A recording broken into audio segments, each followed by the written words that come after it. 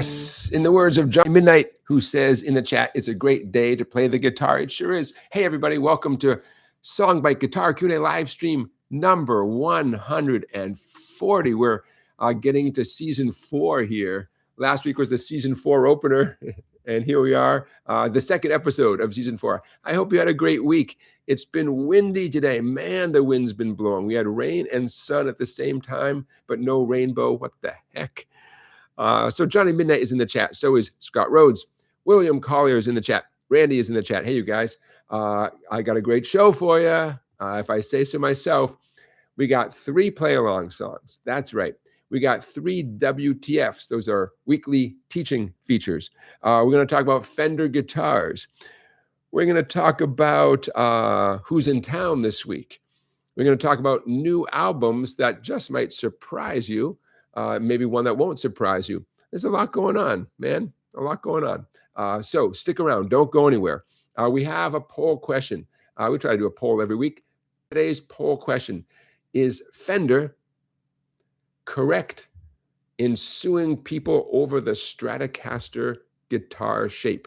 This is a complicated issue to hear some people talk about it. But hey, let's all have our opinion. Right? If you don't know what I'm talking about, lucky you. If you do know what I'm talking about, I bet you have an opinion. Fender's suing everybody who makes guitars that look like Stratocasters.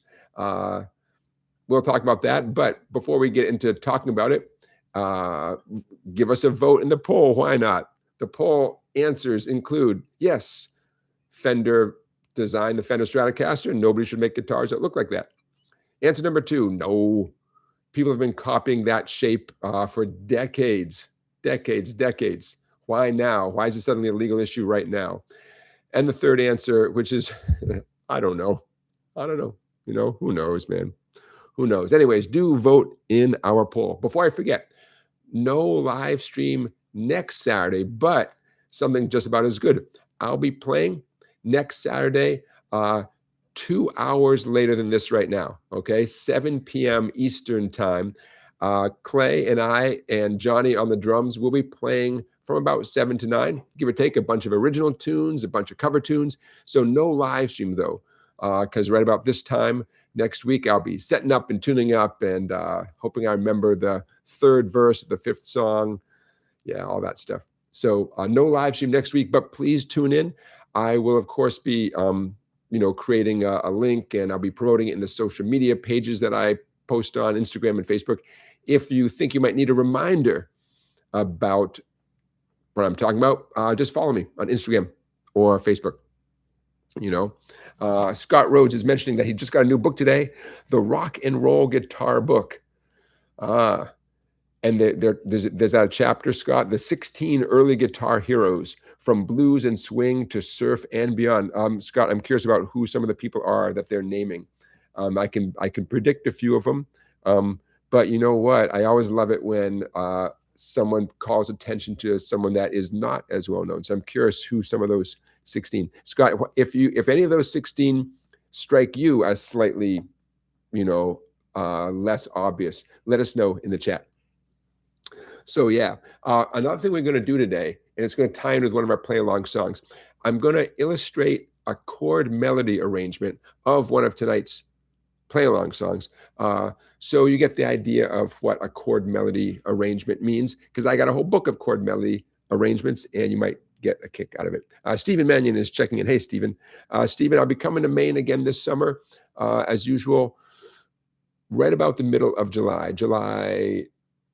11, 12, 13, 14, 15, 16, right around in that ballpark, Stephen. So if you're around, let's connect. Let's buy some guitars. How about I'll buy you a guitar, you buy me a guitar. How about that? We'll meet at the at Buck Dancer's Choice, Portland, Maine, finest guitar store that I'm aware of in Portland, Maine. Buck Dancer's Choice. Oh yeah, so Scott, one of the 16 guitar players, Tommy Allsup, A-L-L-S-U-P. So there's the perfect example. That's a name that I've heard before. I got to admit, I don't know exactly who Tommy Allsup is. So you can enlighten me. I would love it. I know I've heard that name, but I don't know who he is. What we're talking about is the 16 early guitar heroes, from blues and swing to surf and beyond. which is from this book that Scott just got. All right. So make sure you have a capo handy. Make sure you have a pick handy.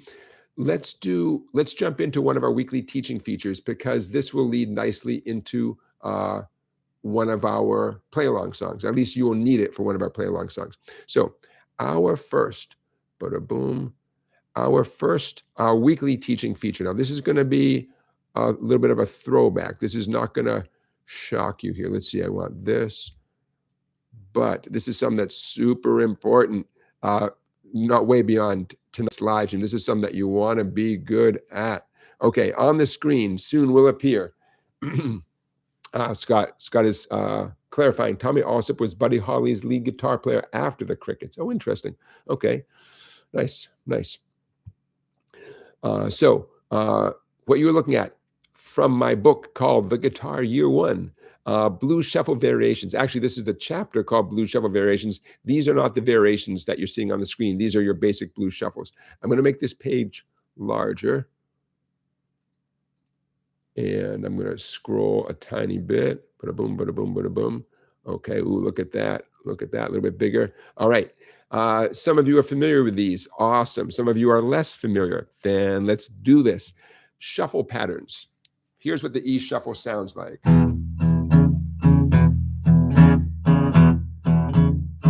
You can give it a straight feeling like this.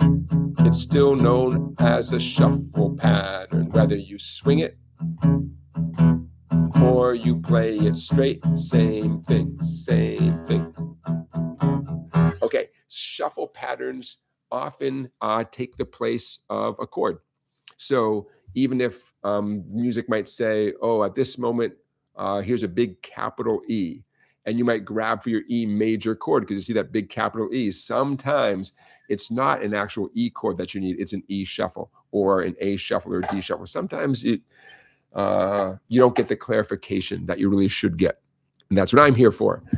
So the E shuffle, we all work hard on our chords, but I'm on a mission to make sure you know there's plenty of songs where your job is to do something other than familiar chords. Sometimes it's something like these shuffle patterns.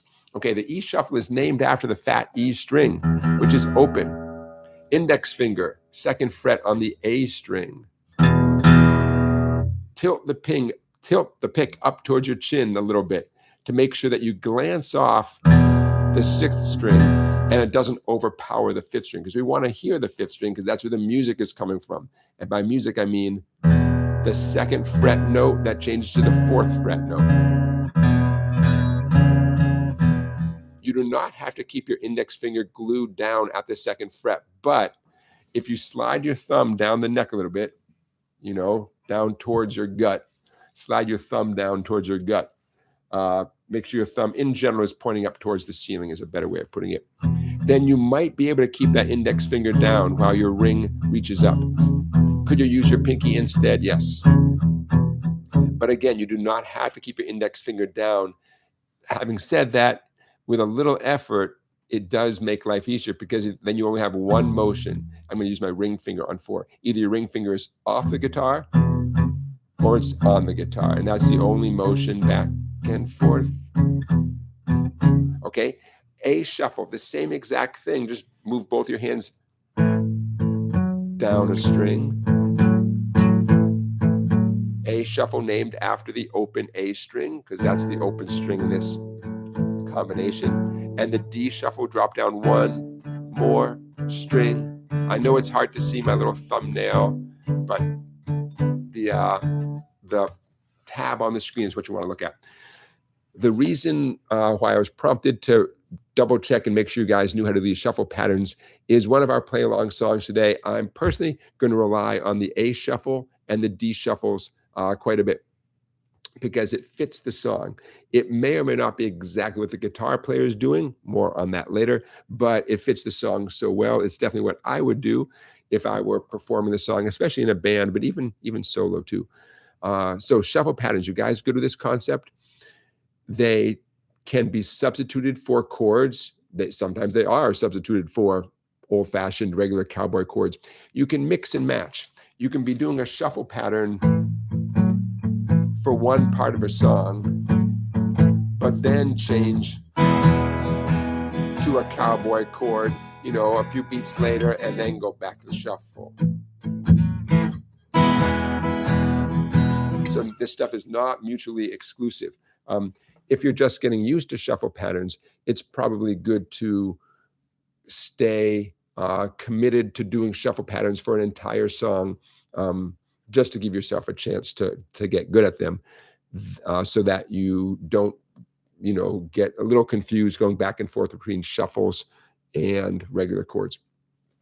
Okay, there's nothing more useful as a guitar player than these shuffle patterns. There's other good stuff, but without hesitation, I highly encourage you all to get comfortable with shuffle patterns. You'll find so many uses in anything that's bluesy, rock related, so many uses for these, including, say it with me, writing your own songs, right? If you are a songwriter and you have never written a song with a shuffle pattern, tonight's the night, man. Do it. Do it. And these three, by the way, these three shuffle patterns, they work well together. So especially if you're inclined to write a song, use these three, and just these three in any order you want. You can go crazy, knock yourself out. But these three shuffles are enough to give you a great song, a great rhythm guitar part for a song. And then the melody is up to you. The order you put these in, the duration of each shuffle pattern, that's all up to you. Okay, and as the top of the page kind of teases that, bada boom, bada bing, I'm going to scroll up just a little bit. There's lots of variations. Here it says blues shuffle variations right there. There's lots of variations. These are the foundation. And if you are so inclined to get yourself a copy of, where is that book? Guitar. There it is. That's my book, The Guitar Year One. That's the one that this came from. And this is the one that has the variations. I think it's 3 different variations. And there's tons of variations, but in this book, I show you 3. This is an example of an electronic book that you can get for yourself, invest in yourself. Over at my website, song-bike.com, you click on it and you buy it, and it gets emailed to you instantly. And if you don't get it instantly, it's because it's in your spam folder for some reason. Some people have these very restrictive email setups. And so every once in a while, someone says, I didn't get it. And I say, check your spam folder. It's there. I've never had anybody order a book, one of these electronic books, and not get it right away. But sometimes, yeah, spam grabs it. Okay, so like I said, we're going to use that shuffle pattern for one of our songs later tonight. There you go. That's our first WTF, our first weekly teaching feature of the night. Okay, you ready for a little news? Sure, why not? Who has a new album out? This album really caught my attention because I'm a dummy, that's why.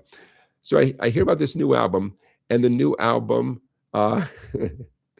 features Renee Fleming.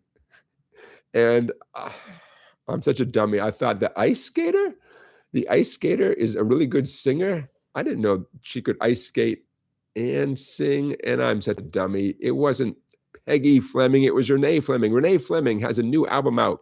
Renee Fleming, the fantastic opera singer. She has a new album out.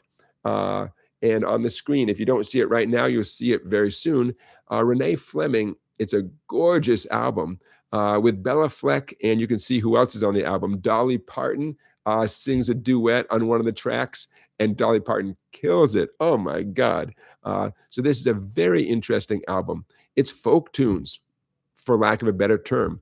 You can see in the description. We're looking at Bela Fleck's website. I hope you all are familiar with Bela Fleck, world-class banjo player. Many people came to know him from his band Bela Fleck and the Flecktones. Okay, so for those of you who may be listening and not reading, the name of this album is The Fiddle and the Drum. It comes from, the title comes from a Joni Mitchell song. That's one of the songs on the album. Featuring Renee Fleming, Bela Fleck, Dolly Parton, Vince Gill, Sam Bush, Jerry Douglas, Sierra Hull, Sarah Jarosh, Sarah, I'm so sorry if I'm saying your name wrong, Aoife O'Donovan, top Nashville talent, young and old, young and mature. Mountain songs, haunting ballads. Let's scroll up a little bit so you can see the set list here. The set list, the song list. Is it on this one? In the Pines is one of the songs. I think that's the only one they mention on this. But you know what? I'm going to share another screen. Don't go anywhere. That will get you hip to the variety of songs. Let's do the Wikipedia page. It'll just be wacky that way. Here's the Wikipedia page. I sure hope you can see this. If you can't see this yet, it'll appear on your screens very soon. This is the Wikipedia page. And the track listing, bada-boom, bada-boom. Okay, there we go right there. Those of you who are into old school, folky kinds of stuff, like old stuff, you will recognize some of these titles, such as The Cuckoo and In the Pines. But man, these tunes are their arrangements are so interesting. It looks like, see this writer? It looks like not all these tunes are old tunes. A tune called The Scarlet Tide featuring Vince Gill, written by T-Bone Burnett and Elvis Costello. Okay, that's interesting. I mentioned the Joni Mitchell tune, the title track called The Fiddle and the Drum. Very, very cool. I heard National Public Radio do a feature on this album, and I'll put that link and this Wikipedia link and Bela Fleck's website. I'll put that all in the description of this live stream. But the NPR feature was very cool, and they had Renee Fleming and Bela Fleck on air, and then I went to streaming services like Spotify, and I've been listening to this album, and it's very different and very cool. I considered, and I'm still considering, doing one or two of these songs as a play-along song for a future live stream, but I haven't found which one of the 10 I thought would make a good fit. So stay tuned for that. Anyways, that's a little news segment I wanted to share with you. Very interesting album, and again, I'll put all those links into the description of this live stream. Now, that is not the only, that is not the only new album I want to talk about tonight. We'll save the next one for a little bit later in the show, but there's another very interesting album that's out. Interesting for different reasons, sort of. Okay. So I don't think I'm putting enough of a point on it. Renee Fleming is an opera singer. She has a fantastic voice. So to hear her sing in a lower range with acoustic musicians and sing these mostly traditional folk songs, it really is an eye-opening experience. Holy moly. So to hear someone with that type of voice really commit to this style of music, it's really enjoyable, and I hope you check it out. And again, we're talking about Renee Fleming, not ice skater Peggy Fleming, as I first assumed. Renee Fleming and Bela Fleck, and the album is called The Fiddle and the Drum. Brand new. Okay, so enough about me. Hey, have you told a friend about our live stream? Please do. I'd appreciate that. We have a bunch of regulars here every week, and a bunch of folks who watch this after the stream in future days. And I would love to get those numbers up. So tell a friend. Why not? Okay, so let's get right into one of our play-along songs. The first song I'm going to put up on the screen for our first play-along song of the night. Let's do a slow one. Why not? Boom. Boom. This song, I can't believe we didn't do this song already. And I thought, well, let's rectify that. I was, for a moment, I was panicked, and I was thinking, oh man, I don't know what song to do for a play-along song this week. And I dug into my files and I found so many tunes that I think would be great play-along songs. So all these years I've been keeping files in alphabetical order. All I had to do was start flipping through. So we're going to do 3 play-along songs. These come from the end of the alphabet, because that's the part of the alphabet I was flipping through in this one particular file. Our first play-along song of the night, Turn the Page by Bob Seger. The first song that will get me dinged by YouTube. One thing that's interesting is that when we do multiple play-along songs, everybody wants a cut of the huge profits that I'm generating here on YouTube.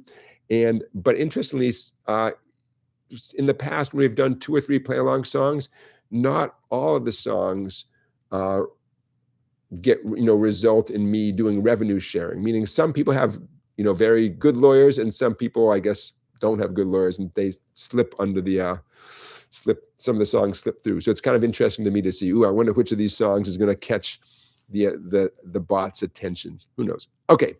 I digress. Our first play-along song. Now, we're going to jump into this in just a couple of seconds because this song is so straightforward. Turn the Page by Bob Seger checks a bunch of boxes. First of all, it's slow. Second of all, it's famous. Third of all, easy chords. In case some of you know the Metallica version, this fits the Metallica version if you tune every string down a half step, because that's how Metallica did it. Now you know. Okay. In general, every chord name on the page reflects a chord that lasts for 4 counts. D, 2, 3, 4. E minor, 2, okay? 4, with some very specific exceptions. Line 1, 2, 3, 4, 5, 6. The line, go, play the star again, there I go. When you see the C and D in that little bracket thing, okay? Anytime you see that C, D in a bracket, 2 beats on C, 2 beats on D, okay? And that happens every time the chorus comes around. It happens 3 times. There's 3 moments in the song where the C and D are in brackets, 2 beats or 2 strums on C and 2 on D. At the very bottom, look at the very, very, very, very bottom of the page. There's a C and a D that's not in brackets because those are back to the 4 strums on each, 4 counts on each, however you want to put it, okay? Long story short, 4 beats for every chord name, I should say, unless it's in brackets, then it's 2 and 2. You'll see. You'll find out the hard way. You'll see. You got it. It's easy peasy.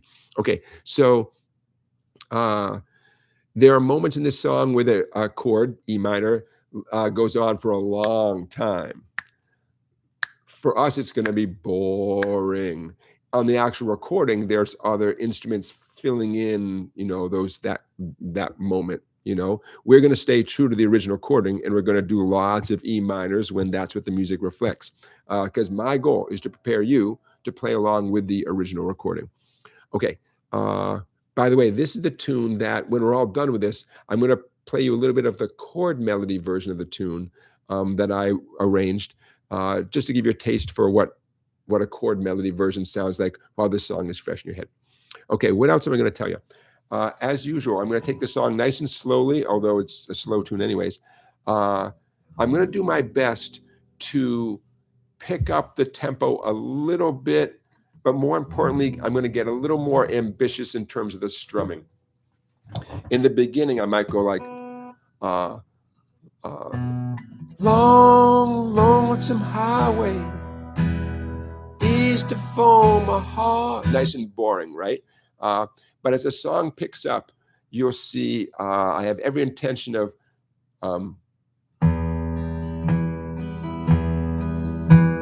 getting a little bit of that slightly bluegrassy feeling going. Why? Because as a solo guitarist, the song begs for a little bit more. On the recording, this song, you guys know this song, it's really bare bones, man. It's all about his vocal, a little keyboard in the background. This song does not have a distinctive guitar part. Great, that gives us freedom, right? But it means if you're not playing along with the recording and it's just you and you alone, right? Then it's good to be a little more ambitious in terms of the strumming. Another thing that I'm sure I'm going to do is, instead of strumming, I might hit a bass string like,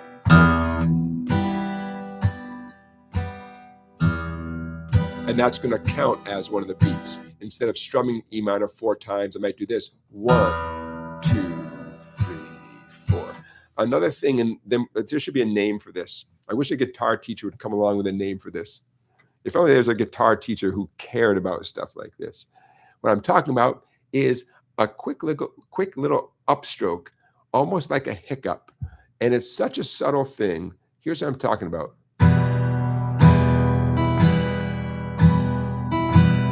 Hear that little? Right before the next downstroke. A little of that goes a long way. There's so much little subtle stuff that I realize I do without thinking about it until one of you says, hey, what was that little thing you did? And I think, God, it's a good question. What was that? So you might see me doing a couple things like that. All right. I'm as ready as I'm going to be. No, I'm not. I'm going to drink a little water. If I'm going to do 3 sing-along, play-along songs, I better drink. All right.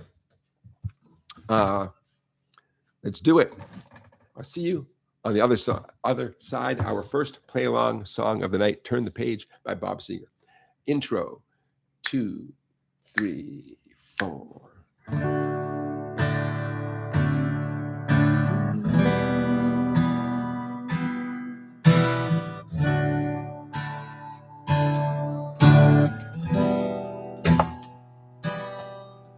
On a long, lonesome highway east of Omaha, you can listen to the engine moaning out its one-note song.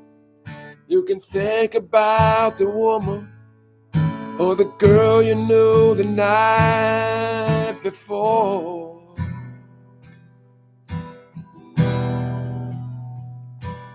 But your thoughts will soon be wandering the way they always do when you're riding 16 hours and there's nothing much to do, and you don't feel much like riding.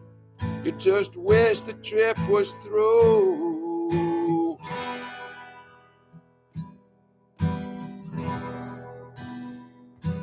Here I am on the road again. There I am up on the stage. Here I go, playing the star again. There I go, turn the page.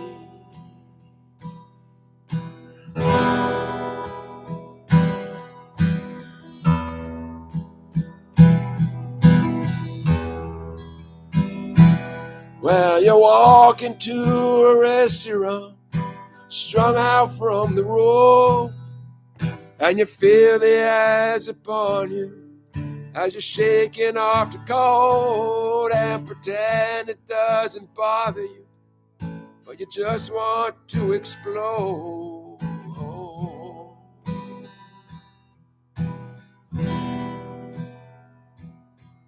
Most times you can't hear them talk, other times you can. All the same old cliches.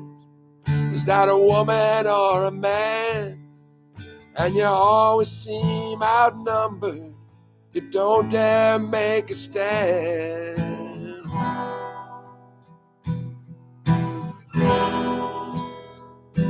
Here I am on the road again. There I am up on the stage. Here I go, playing the star again. There I go, turn the page.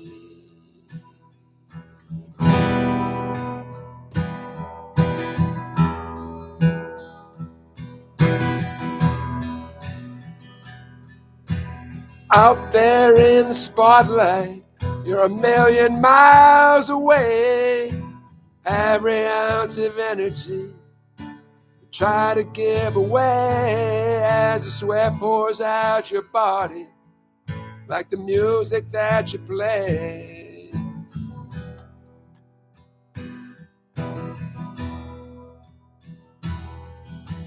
Later in the evening, as you lie awake in bed, with the echoes of the amplifiers ringing in your head. You smoke the day's last cigarette, remembering what you said.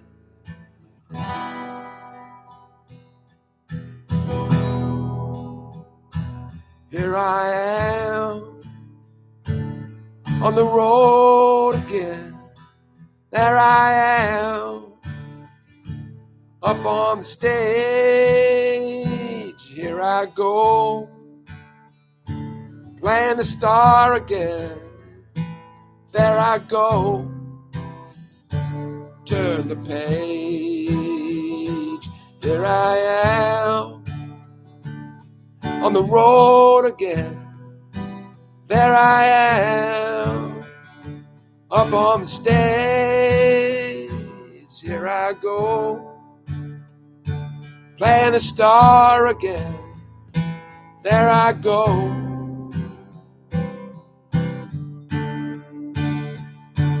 turn the page.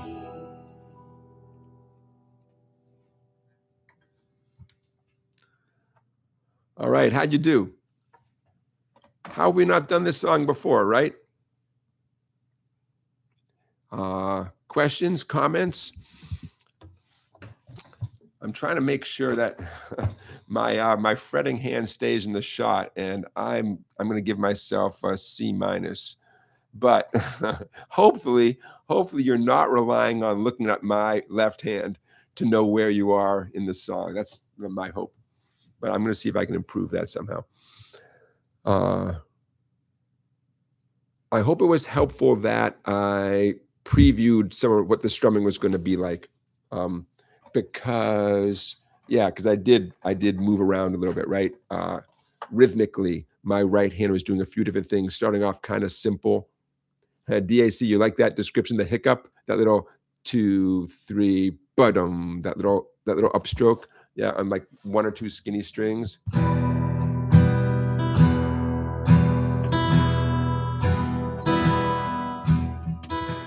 Just adds a little something. Okay, so now, don't go anywhere, bada boom. Check this out. For those of you who have heard me talk about that one and this one, chord melody arrangements, on your screen will soon appear. Bada boom, bada bing. This is Jonathan's chord melody version of the song. Now I realize it's not super big. Well, when you get this book called what's the official title of this book? The SongBike Chord-Melody Songbook Vol.1. You can make it as big as you want because you'll get it as a PDF. Okay, but I'm gonna, for the moment, I'm gonna play this page for you, but for the moment, I'm gonna make it a lot bigger than it is. Okay. Okay, so what's going on here? We are about to mix chords and melody, so you can play this and sound like a one-person band. No singing necessary. The guitar is going to be doing the melody, the singing part, and the guitar is going to be doing the chord part. And tell you what, how about if I play it, and you guys can see if you have a question, and I'm going to make it smaller again. This is a couple pages. This is just page 1. Okay. Oh, by the way, you might notice at the top of the page, it identifies an A minor chord, but you and I just played A major chords. If I remember correctly, it has to do with the exact notes he's singing, that in this context, it makes sense to play A minor chords. Okay.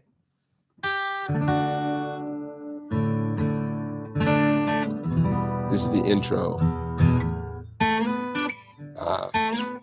I'm going to do this again. Don't worry. This is my warm-up.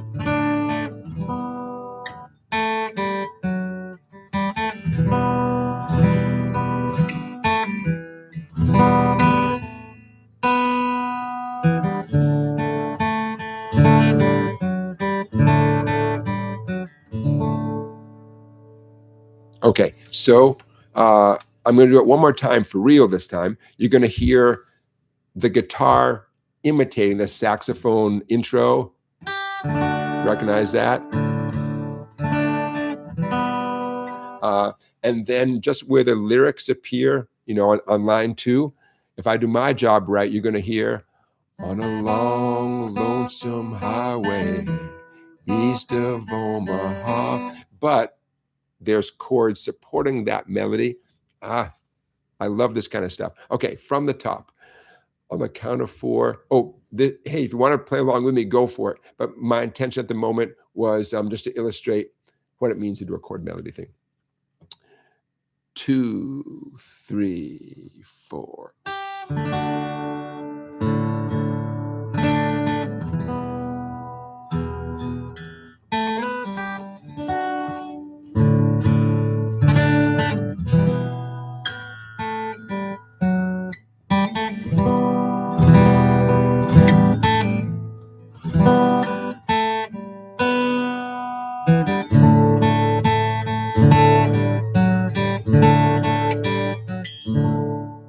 Right, so can you hear the melody in there?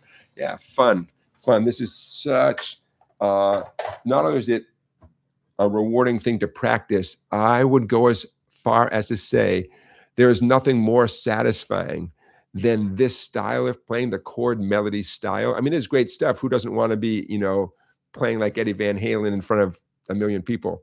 But I would argue that that's not more satisfying than this. This is, because you're a one-person band, you're making everything happen. Oh, so great. So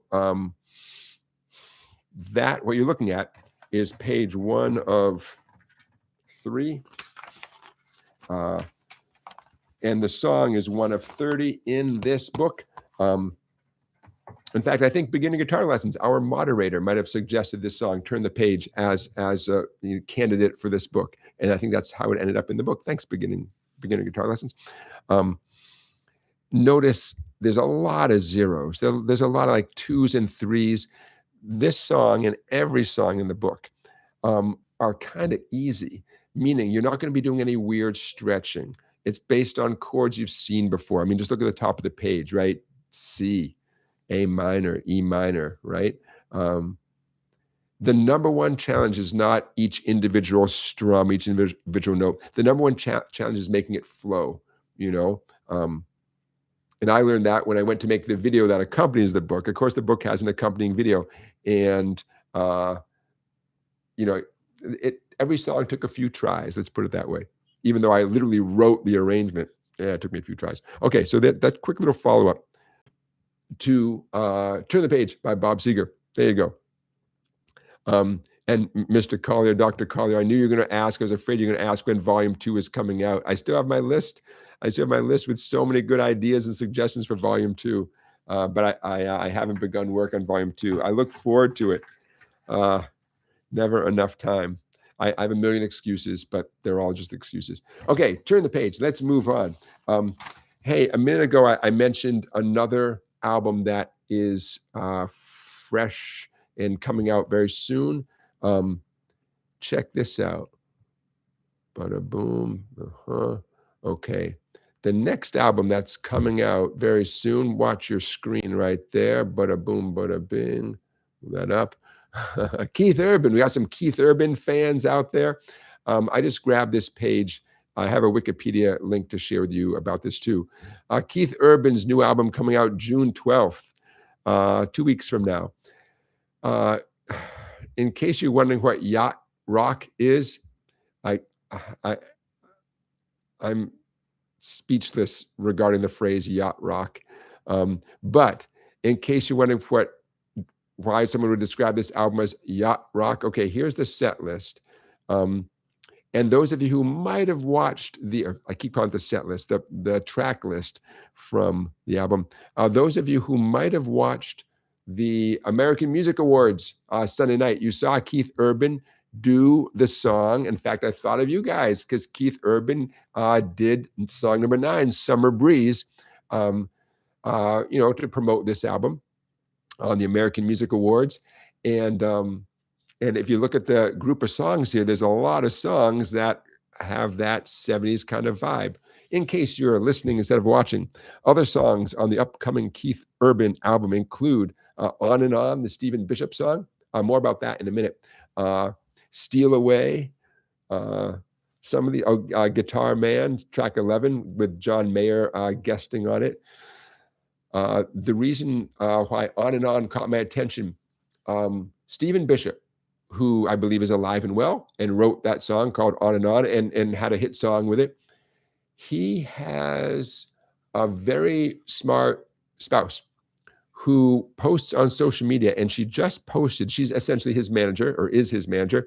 She posts something on social media, and now I can't find it. I think it might have been an Instagram story that lasted for a day but then disappeared, about how much money Stephen Bishop is going to get with Keith Urban covering his song in his new album. And if I remember right, I wanted to double check this. If I remember right, when he crunched the numbers for all of us to observe, Stephen Bishop is not making a lot of money by simply having the song on the album, because no one makes money on albums anymore because people just listen to them online and artists get pennies. Stephen Bishop is going to make a lot more money every time Keith Urban plays a song in concert. Isn't that interesting? That was an eye-opener for me. And I wish I had the link, because I'm 90% sure I heard it correctly. When she crunched the numbers, that's where the songwriter who owns his publishing rights, that's where the songwriter, Stephen Bishop, is going to make his money in this day and age, not from the song appearing on the album, but from the live performances. Some of you may know every place that features live music, from your corner bar to your neighborhood football stadium, every place has to pay a fee. In fact, if they're not paying a fee, they're about to, because the big publishers, ASCAP and BMI, are always looking for these places. And as soon as they find out that some local cafe has live music, they are knocking at their door trying to get their fees. Now, I don't know all the details, but the bottom line is, if you want live music in your venue, you got to pay the big publishing companies, unless by some miracle you can convince them that all you do is traditional folk music where there's no copyright involved. And even that, I think, can be problematic, because I think the big publishers don't believe you that that's all you do in your cafe or whatever. So anyways, that's a little tidbit of information. In this day and age, Stephen Bishop is going to make a lot more money that way, through the fees that the venues pay to the publishers when a song like On and On gets performed by Keith Urban, than he will as like sort of a royalty coming from album sales. Yeah, interesting. Hey, William made a super chat donation. William, thank you for that. I appreciate that. Hey, let's check in with our poll. Our poll question of the night is Fender guitars. Is Fender right to sue over copies of the Fender Stratocaster body shape? And I gave you 3 answers. So far, 45% of you, a plurality, say no, everyone's copied that shape for years. 20% say, yes, sure. I mean, Fender did it first. You can't just copy someone's guitar shape, and you can't, they are correct to sue. And 35% of you say, I don't know. I get that. My understanding is that Fender tried to do this years ago and lost. I believe that's a fact that everyone agrees on. So I'm not clear on the exact subtleties of how this lawsuit is different. They started overseas a few months ago and won that lawsuit by default. I think that lawsuit, which was in a German court, it was specifically counterfeit guitars, guitars that were made to not just look like Fenders, but actually said Fender. Fender won that lawsuit because the party that allegedly was making counterfeit guitars didn't show up in court. So they won that by default, if I understand correctly. So this is different, though. Fender's even going after Paul Reed Smith. Raise your hand if you have a Paul Reed Smith double cutaway guitar, like an SE, your classic Paul Reed Smith. The Paul Reed Smith SE guitar is absolutely one of the best-selling guitars of all time. Certainly in terms of popularity. I mean, I don't know about numbers, but in terms of popularity, I can't tell you how many students have walked into their first lesson with me with a Paul Reed Smith SE guitar. And I've been in guitar shops where there's so many Paul Reed Smith SE guitars that it's almost like, there's nothing else to look at. It's an extremely popular guitar. So Paul Reed Smith recently, I believe, announced that they were one of the many recipients of the cease and desist letter from Fender. Ouch, man, that's like the elephants fighting in the jungle kind of thing. This is a little bit personal for me, a little bit, because the first company to publicly say we got one of the cease and desist letters and we need help paying for lawyers is the company that made my custom guitar, LSL Guitars, LSL Instruments out of California. They were one of many people to receive this cease and desist letter, but they were the first one to go public. So the subsequent headlines were like, oh, here's this small, tiny, by comparison, boutique guitar maker that is about to fight a David and Goliath battle over their shape of their guitars. Here's my question. Since I'm a fan of the Fender Telecaster, style instrument, why? I mean, I want someone to sue over the Telecaster shape, man. The Telecaster has a reputation of being a very humble, kind of working person's guitar. So it is kind of appropriate that the Telecaster didn't make it into the lawsuit. Fender just, I don't know, they gave up on the Telecaster or something. I'll keep it short. The reason why I don't have a Fender Telecaster is I tried to order one from the Fender custom shop. I waited 20 months. I put down my $1,000 deposit. I saved and waited. And after 20 months, what arrived was not what I ordered. And when I said to Fender, I want you to take this back and do what I ordered, Fender said, that's going to take another 1 to 4 months. I said, no. That doesn't work for me. And so I said to Fender, I'll take it. I'll take it as is, but what's the new price? Because like literally you didn't do some of the things I paid for. So what's the new price? A few days went by. Fender never responded to that. And so finally I said, okay, I guess this deal is over, which is sad. It was a guitar I ordered for my 30th year of teaching and to get a little something for myself to celebrate 30 years as a teacher. And it didn't work out at all. And now I don't know where that guitar is. It's out there somewhere. The dealer said they were probably just going to send it back to the Fender custom shop. It's gone. But LSL Guitars came to the rescue and they made me a better guitar, faster for less money. I'll say that again. They made me a better guitar, faster for less money. That's America, my friends. So LSL Instruments, I recommend them highly. If you feel like getting yourself a really special instrument, that's who I recommend. Okay, that's the end of my Fender chat. Moving on. Hey, I'm looking at what you guys are talking about in the chat. Scott, the book you mentioned earlier, it just came out. Interesting. Who's the author? Scott, I'm wondering, is the author like anyone that we've all heard of? Has the author written other books? Hey, Ryan, I see your question. Ryan says, did you watch the Bob Dylan documentary on HBO? I've seen them. I have seen it unless there's something super new. So Ryan, give me more details. But yeah, I try to keep up to date on Nobel laureate Bob Dylan and what's going on with him. Bob Dylan's on tour this spring and summer. I think his tour starts up in a couple of days, actually, in June. And he's coming through New England, but I'm not sure where I'm going to see him, knock on wood, because I'm going to be out of town for a little bit in the middle of the summer. And so, yeah, we'll see what happens. William is asking, are patent laws applicable to this Fender case? I knew you were going to ask a smart question like that. I don't know all the, it's a great question, and I'm the wrong guy to ask about details. I'm going to share a link or two in the description, but the links that I read and that I share, the stuff I read is not written, it's not stuff written by lawyers. It's stuff written by like Guitar World magazine, and they definitely don't get into stuff like that. But there's some subtlety. artistic design versus trademark versus copyright. And I think it's fascinating stuff, but I don't have the time to dig that deep.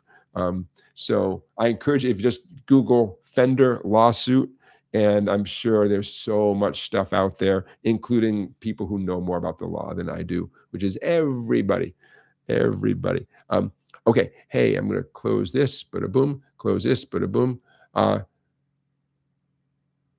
Keith Urban doing all those covers, recently divorced from Nicole Kidman. I can't help but to wonder if some of those songs are songs that she likes. Is he communicating to her through song? I don't know. Hopefully it's not songs she hates. Ouch, because there's some pretty nice songs. I don't know. But, first album post-divorce, a bunch of songs with sort of a sentimental, thing. I don't know. Makes me wonder. All right. Hey, enough talking. Let's do some teaching. Here we are, the SongBike Guitar Q&A live stream, a weapon of mass instruction, and you guys are all being very patient. Let's do another weekly teaching feature. How about,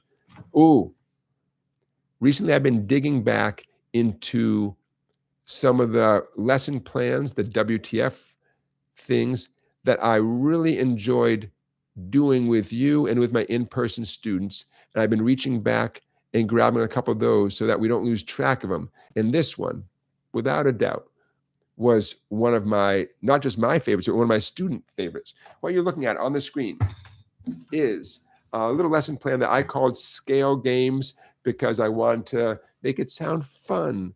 I'm going to stop talking and just play for a minute. First line, G major scale.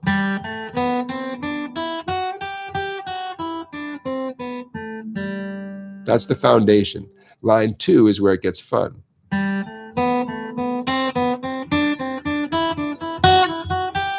And line 3, reverse it.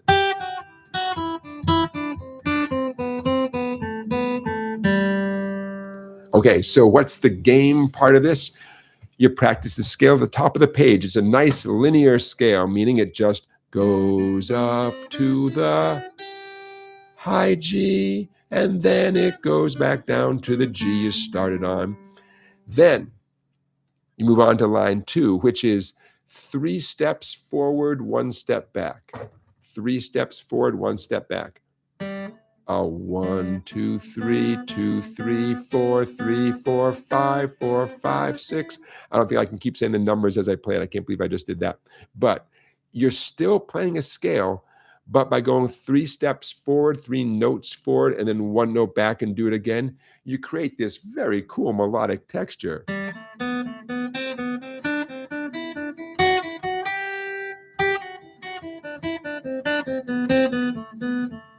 I have at least one student who couldn't stop doing this, which is awesome because it sounds so pretty, right?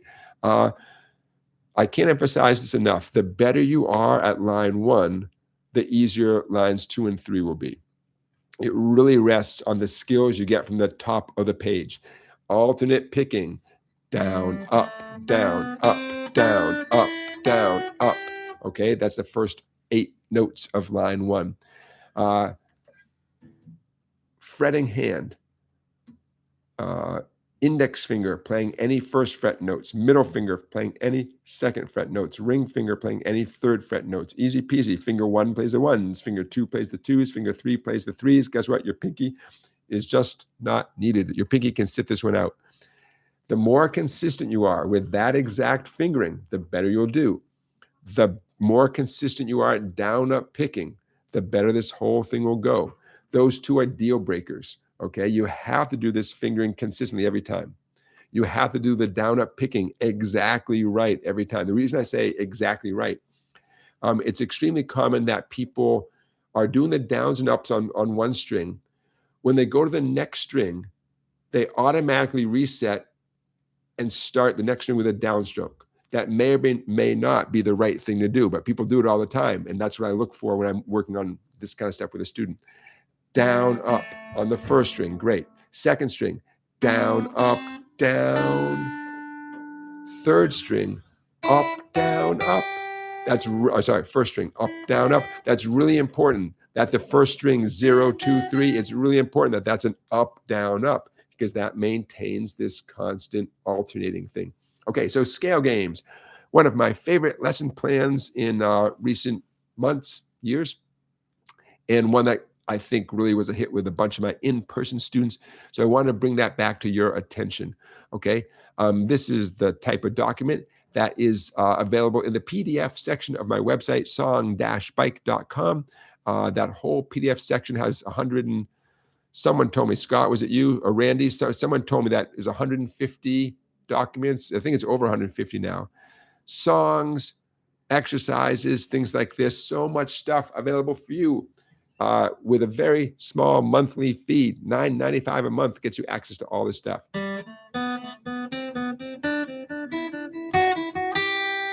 It sounds more like a cool guitar solo than like a scale, right? Nothing wrong with a good old do, re, mi scale. But let's face it, it's such a distinctive melodic sound that it doesn't have the personality of everything else that's not a scale, right? As soon as you start, you kind of know where it's going, and then you know how it's going to end as well, right? Whereas line 2 and line 3,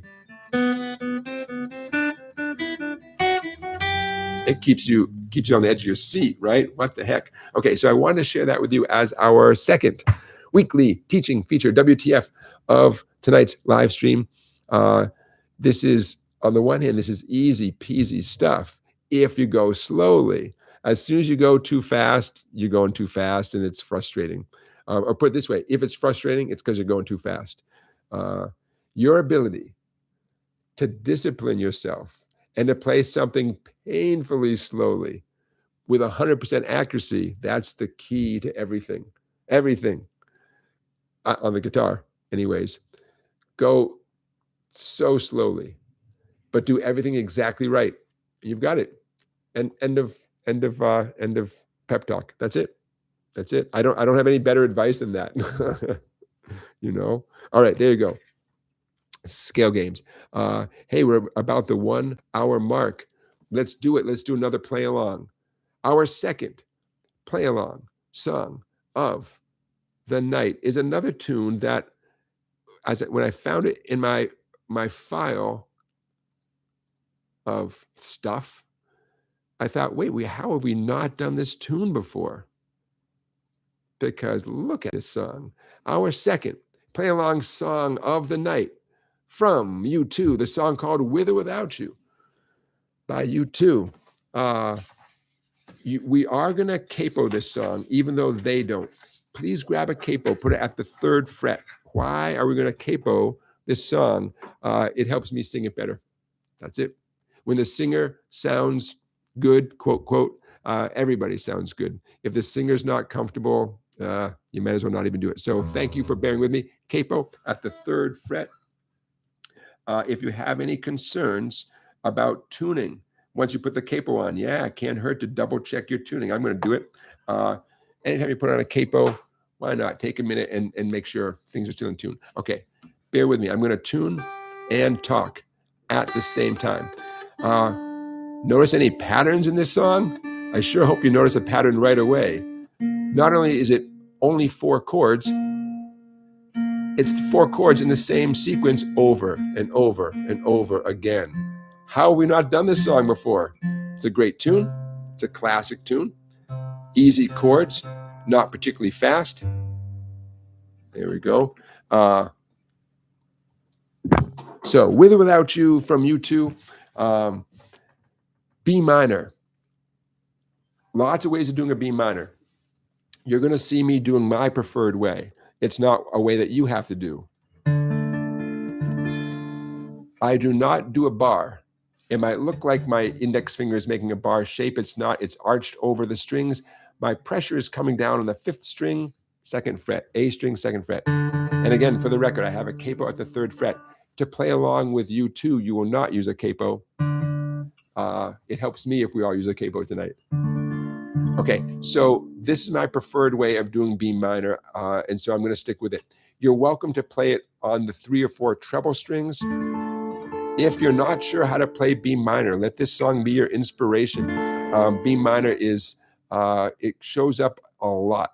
It's not a hard chord, however you do it. There's lots of ways of doing B minor. There's easy ways of doing B minor. B minor is, do you remember my word? Inconvenient.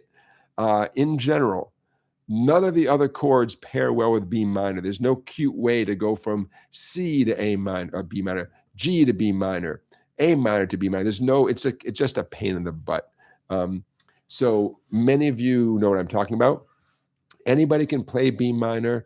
It's getting there that for most people, that's the obstacle, you know. It's worth it. It's worth it because B minor shows up all over the place. Musically, it pairs well with all the other chords. Physically, it does not, you know. What are you going to do? Okay, those of you who know this song, you know it has this steady eighth note kind of vibe. So to the best of my ability, I'm going to stay true to that, the rhythmic spirit of the tune. I'm going to be doing a little palm muting with my picking hand. I'm going to be muting out the strings just a little bit. I'm doing all downstrokes. I'm mostly focusing on the 4 interior strings. In general, I'm strumming the 4 inside strings, the 2nd, 3rd, 4th, and 5th strings. I'm not saying I'm never going to strum the 6th or the 1st, but I want to get that controlled sound. And other than just palm muting, another way to get a controlled sound is to hit a limited amount of strings. This is not a folky, strummy tune, right? So that controlled kind of rock sound, even on acoustic guitar, it fits the spirit of the tune. See the stone set in your eyes. I'm going to go a little bit slower than that. I'm going to try. I'm definitely going to start off slowly. I bet we ramp up the tempo a little bit as we go. Okay, so what do you need to know? 8 muted downstrokes per chord. 1, 2, 3, 4, 5, 6, 7, 8. 1, 2, 3, 4, 5, 6, 7, 8. 1, 2, 3, 4. I'm going to slow down. D, 2, 3, 4, 5, 6, 7, 8. A.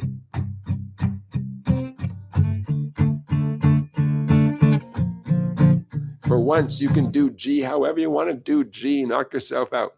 What else do I want to tell you? There are definitely going to be moments where I get some jangle in there, right? So I'm not going to robotically commit to this thunk, thunk, thunk sound the whole time. Here's something. The word vamp.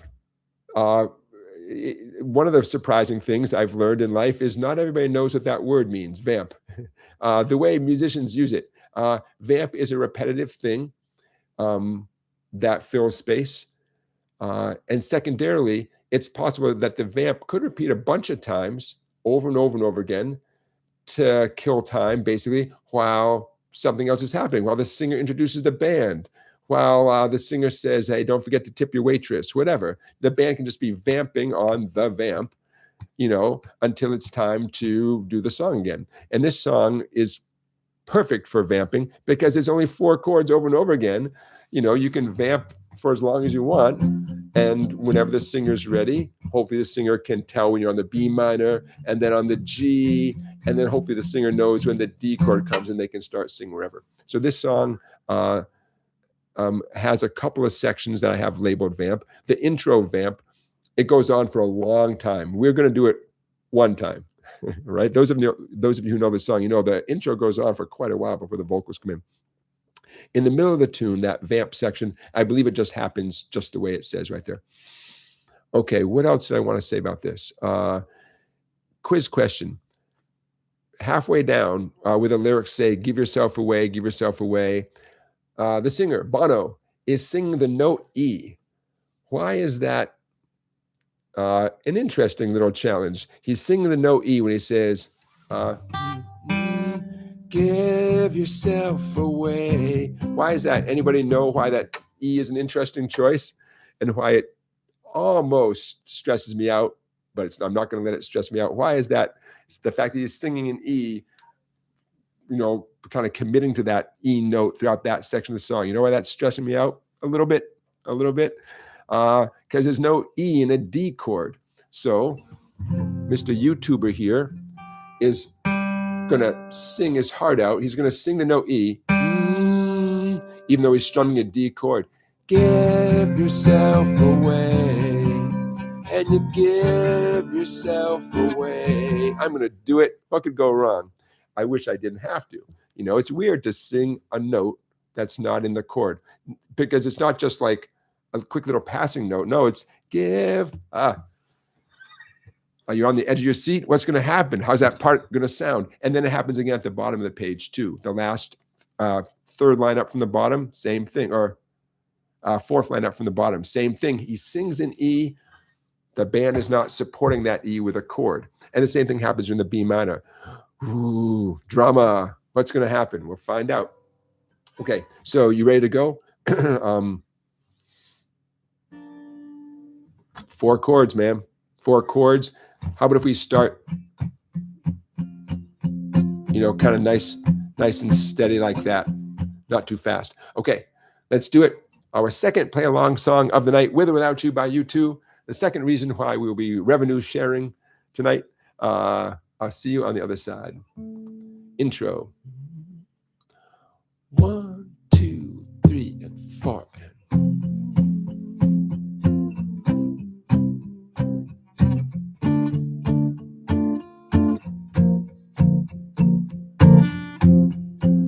See the stone set in your eyes.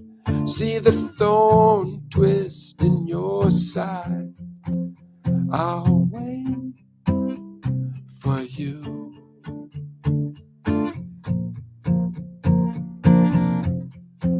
Sleight of hand and twist of fate. A bed of nails, she makes me wait. And I wait without you. With or without you. With or without you. Through the storm we reach the shore. You give it all, but I want more. And I'm waiting for you. With or without you. With or without you, I can't live. With or without you.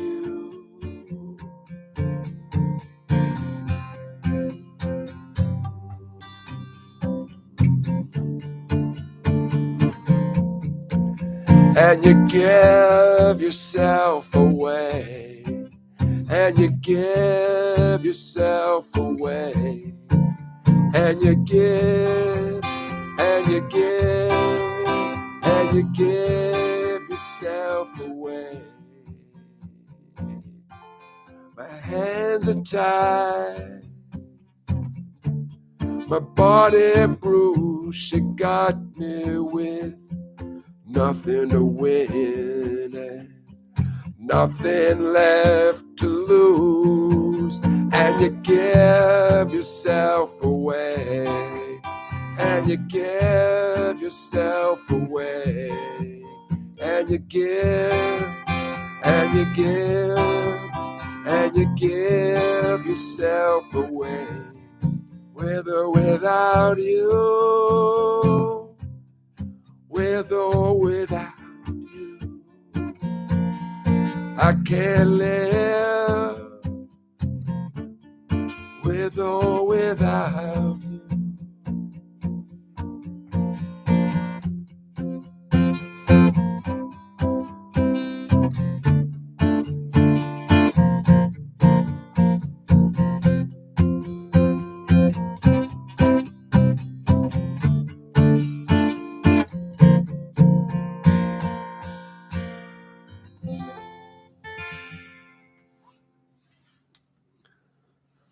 All right. A couple things I could have mentioned and I'm going to mention it now. 8 downstrokes per chord in general, good approach. You're allowed to lift off the chord on strum 7, maybe even strum 6, 6, 7, 8, one of those numbers, right?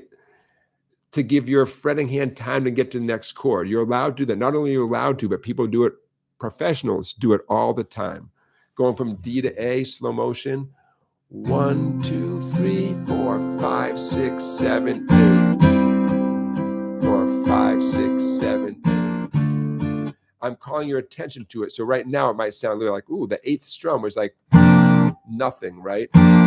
In the heat of the moment, at a reasonable speed, it goes by unnoticeably. 1, 2, 3, 4, 5, 6, 7.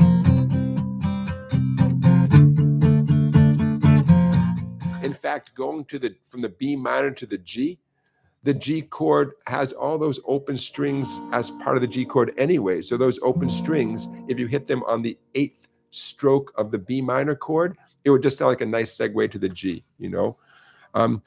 Hey, Ricardo. Yes, Ricardo is a first-time viewer. Everyone give Ricardo B4 a big welcome. Yeah, Ricardo, we do these play-along songs. We got one more, so grab your guitar. We got one more before the end of the night, and you will need a capo for that one. And actually, we need a capo for this one, too. So yeah, grab your guitar, man.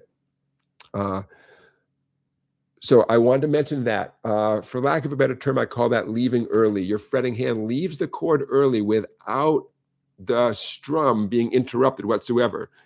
Easier said than done. I get it, but that's how you get to the next chord in time. So those of you who are struggling with that, that's going to help a little bit. You still got to get to the next chord, but the other thing I wanted to mention, to give myself, I still have my capo on the 3rd fret, to give myself a little break. Remember I said that thing about singing the E during chords that don't have the E chord? So when we got to that, I made an artistic choice. When I fingered the D chord, okay? When I fingered the D chord, I lifted off my middle finger from the E string, so that I could access that E note. Give yourself, hold on here. Give yourself away. And I started calling attention to that open E string during the D chord. And I kept doing that. The A chord has the open E string anyways. The B minor, I included the open E string. I'm gonna play this in a second and it'll make more sense. And I think, I don't remember if I did it on the G chord or not. So that was my way of, number one, supporting myself, hearing that E note to support me singing it, even though the chord doesn't have the E note in it. And secondly, that's my way of selling it to the audience, so they are 100% confident that I'm confident that I'm singing the note E and I'm supposed to be singing the note E. And I'm calling attention to this open E string so that we all realize the pilot is indeed in control of the airplane, nothing to fear. So without talking so much, here's what I'm talking about. D chord, 2, 3, 4. A, E minor, G. Now it sounds kind of weird, you know, when I call your attention to it with no vocal. I'm doing little upstrokes. By the way, you could do it on a G. You would just, just don't fret the skinny first string. With the singing, you can tell me if well, now that you know like what's behind the curtain, you can see if it works for you. And you give yourself away, and you give yourself away, and you give, and you give, and you give yourself away. I don't know, you know, that's the kind of thing that I would, if I was Keith Urban doing a cover album of cover tunes, I would record that and then go back and listen to it and see how I liked it, you know? Yeah. All right. That's our second play along song. That thing you're looking at on the screen is a PDF that will soon be uploaded to my website, song-bike.com. And you can access that. Hey, Jamie's asking a good question. Hey, Jamie.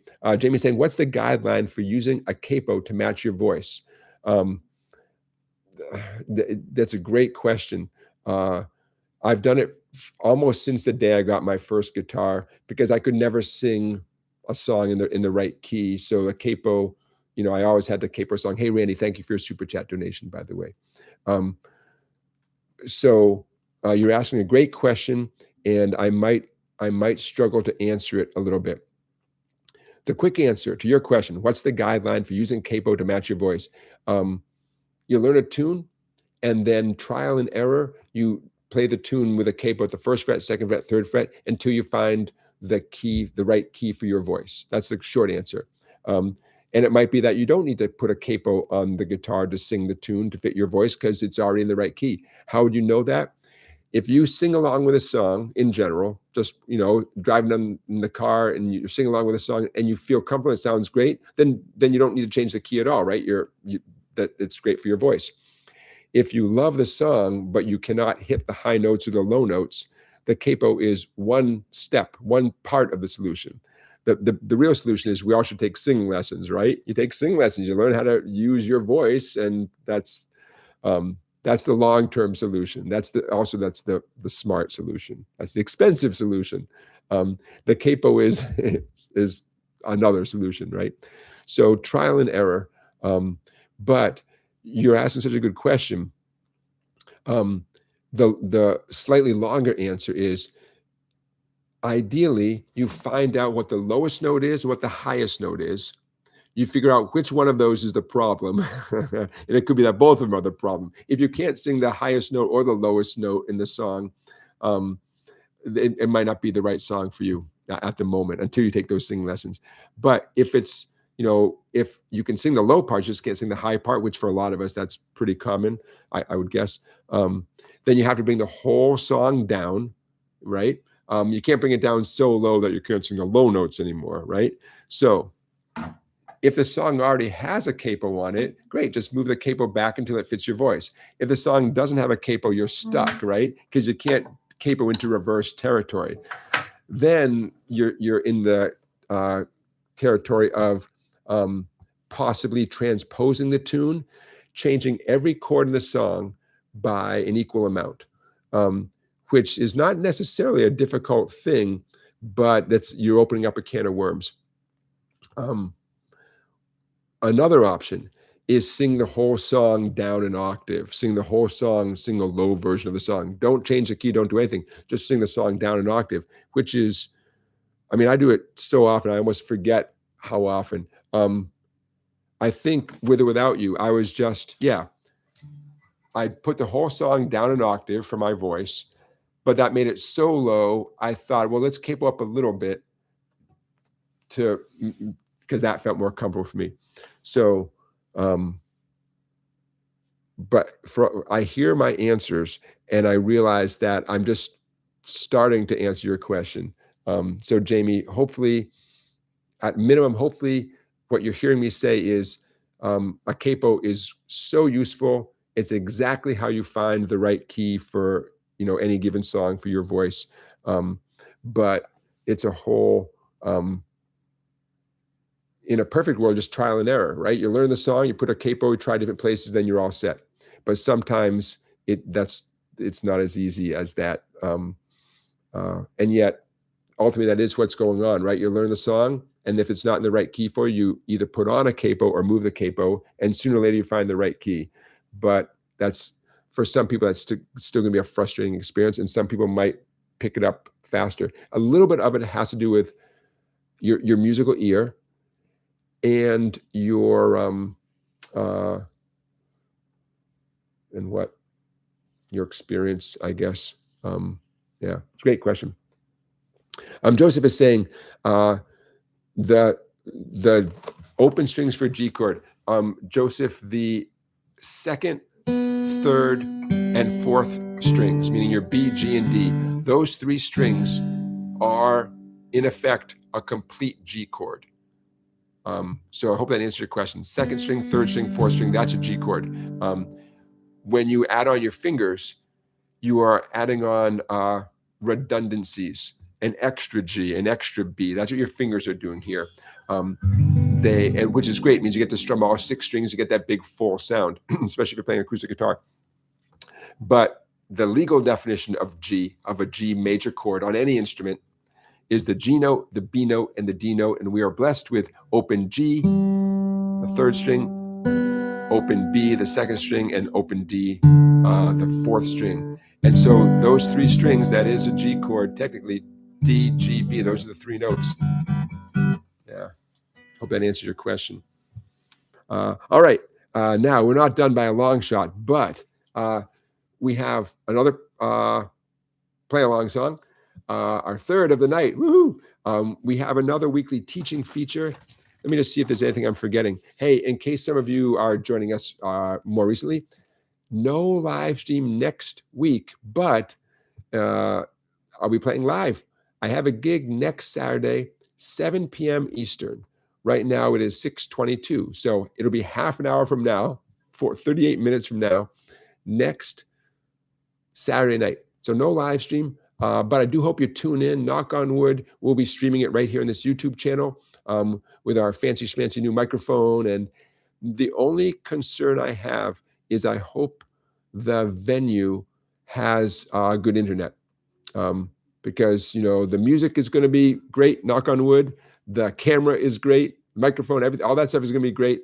And hopefully the internet at the venue can handle streaming a live video.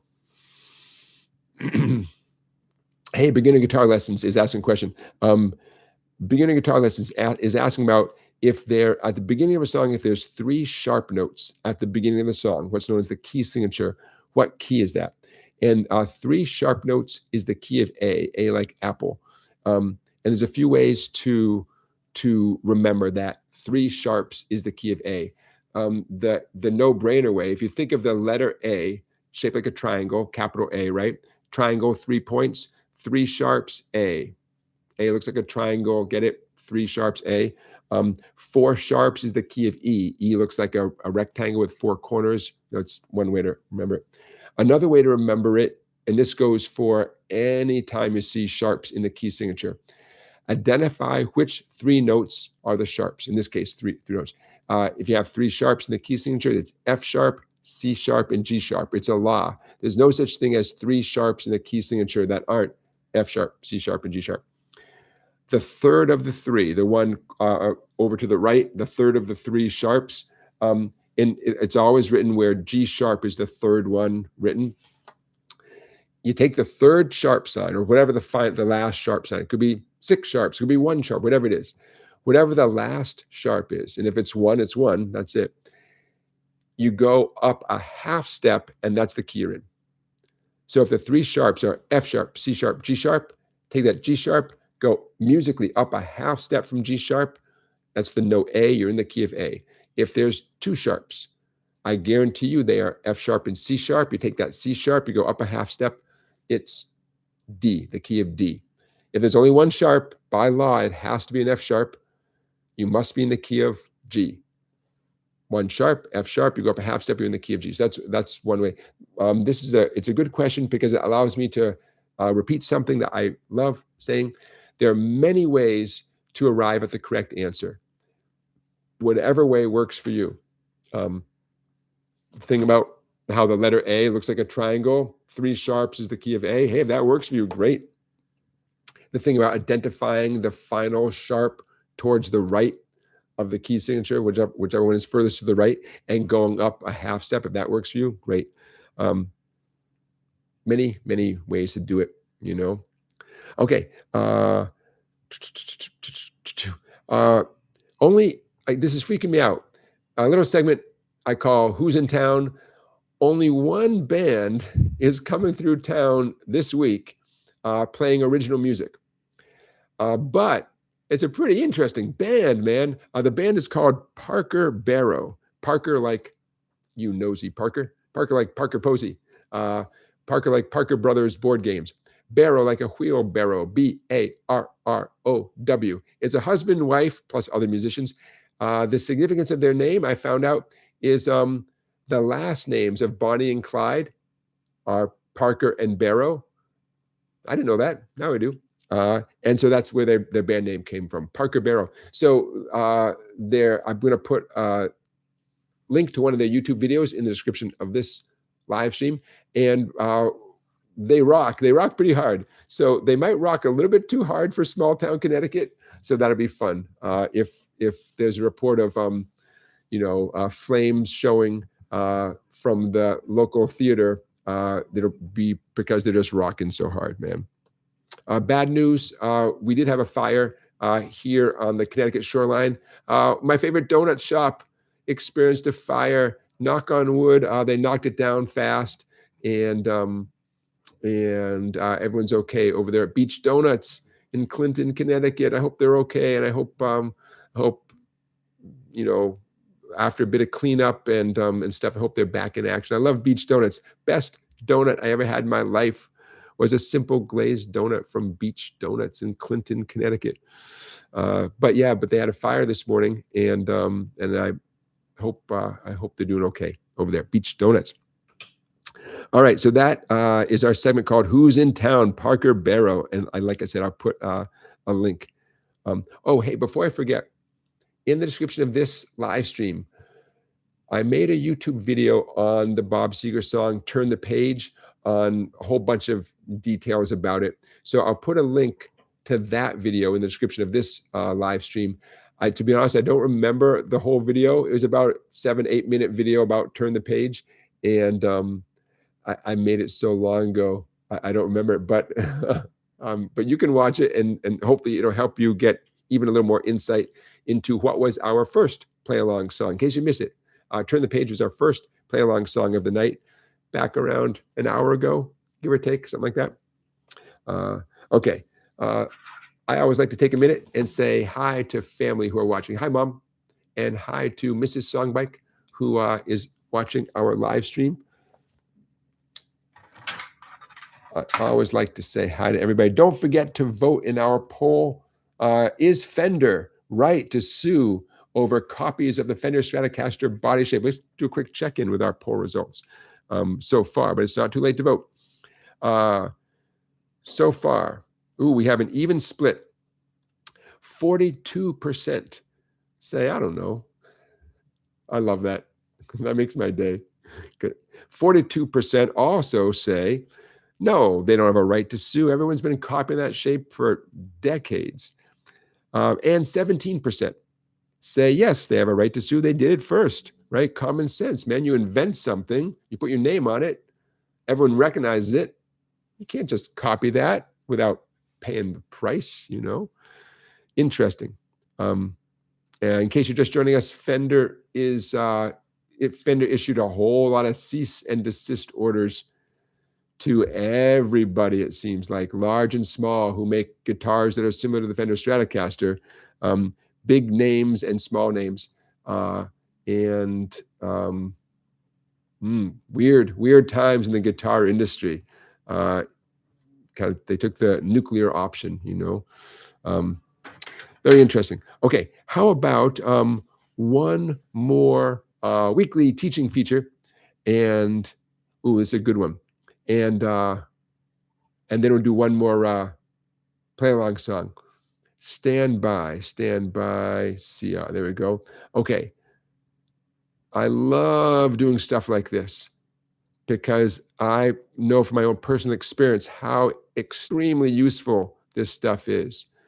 I like to think of myself as a pretty practical guitar teacher. Okay. A music fan, also known as Mrs. SongBike, is reminding you to click on like. Please give this live stream a thumbs up. I do it when they let me. They don't let me do it till it's over. Why? I don't know. YouTube, you're killing me. But yeah, please do give this live stream a thumbs up. Please do tell a friend or a family member or both about this live stream. I love doing this. And why not get lots of people in the mix watching this? Okay, our final weekly teaching feature of the week, WTF. I'm just calling this C options. Very often you are instructed to play a C chord during a song. It might even be the first chord of the song. It might be the song might be in the key of C and you're being asked to play C major chords throughout the song. Guess what? You don't always play a C chord just because it says C. But you do, but you don't. What am I talking about? Okay, on the paper in front of you, you see a lot of C options. Why did I choose C? Just because, why not? Okay, what you're looking at though can apply to any major chord. I'm just choosing C. Number one takeaway before we get into this, I want you to realize, accept, enjoy the fact that there's lots of ways to give the world a C chord beyond the one that we all learned, the typical cowboy chord, C chord. So that's your number one takeaway. Like, look at all these things you can do. Number two takeaway, this is what professional guitar players do, even though they might be described as, oh yeah, the band's doing a C chord. We're on a C chord. The song starts in a C chord. The song's in the key of C. Yeah, it doesn't mean the guitar player is strumming an old-fashioned C chord. There's so many other things that reflect a C major chord. So let's get right down to it. At the top of the page, you see a bunch of chord diagrams, and those chord diagrams at the top of the page are helpful, but I'm going to make it bigger. Those chord diagrams do rely, okay, they're nice and big, right? They rely on you paying attention to the fret numbers. That's extremely important. In the middle is a C chord that's based at the 5th fret. To the right of that are a couple of C chords based at the 8th fret. Those numbers are super important, okay? All right. So the first line of tab, what you see is a stack of numbers, 0, 1, 0, 2, 3. That's what I'm going to call the old-fashioned C chord. By the way, at any moment, you are welcome to grab the 3 in parentheses, 3 in the 6th string. I like to do it where my ring finger's on the 6th string, 3rd fret. That's my ring finger. 3rd finger, 3rd fret of the 6th string. And my pinky takes over where the ring finger used to be, the 5th string, 3rd fret. So now I have a 4-finger C chord. Hopefully you guys have done this before. A 4-finger C chord where I can strum all 6 strings. A nice big full sound. That's a C chord. Okay, check out the next one. 3, 5, 5 on the 3 treble strings. That's a C chord, right? By definition, by the way, a C chord is the note C, E, and G. Those 3 notes, C, E, and G. Any way you present C notes, E notes, and G notes, you are giving the world a C major chord. That's a C major chord right there. Only strum the 3 treble strings. That's a C major chord. Okay, moving on. 5, 5, 5. 1 finger, please. Please use 1 finger. Don't do 3 separate fingers. Don't do it. Index finger. Doing a partial bar, 5th fret. All your pressure, you can't help but to touch the 1st skinny E string, but your pressure should really be on the 2nd, 3rd, and 4th strings. The reason for doing it with 1 finger, by the way, you want your thumb to be directly opposite your index finger, pointing up towards the ceiling, essentially. Notice how there's a little cup shape in the, see how the palm of my hand is away from the neck? That's super helpful. If your palm is flush up against the neck of the guitar, you're not going to be comfortable or successful. And I want you to be both comfortable and successful. Okay. It frees up your other fingers. That's why we do it with just the index finger.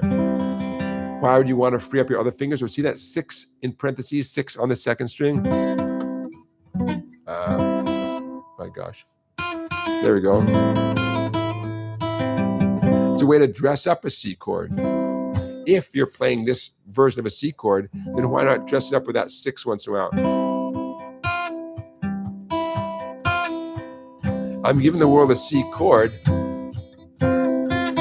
But that 6 adds such a nice touch. The next chord, 8, 9, 10 on the 2nd, 3rd, and 4th strings. Guess what? That's a C chord. Index finger, 8 on the 2nd string. Middle finger, 9 on the 3rd string. Ring finger, 10 on the 4th string. Your pinky's free to do what? How about add that 10 in parentheses, 10 on the 2nd string.